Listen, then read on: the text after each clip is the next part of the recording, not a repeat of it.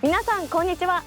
この度環境省の浮体式洋上風力発電アンバサダーに就任しましたサイエンスエデュテーナーの五十嵐美希です。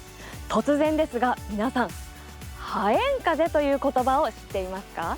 これは九州地方の方言で南からの風という意味なのですが、実は幸せを運ぶ風という言い伝えもあるんだそうです。そして今この沖にはもう一つのハエン風があります。それが浮体式洋上風力発電ハエン風です。でも聞き慣れない言葉、皆さん疑問が浮かびますよね。洋上風力発電はどんな仕組みなのか。すごい浮体式ってどういうことなのか。浮いてるんですか？浮いてます。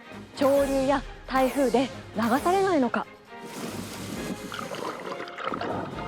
魚が住めなくなったりしないのか。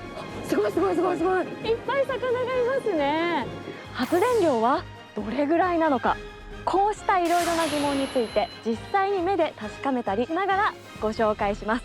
そして6月5日と6月12日に開催されるシンポジウムに私も参加します。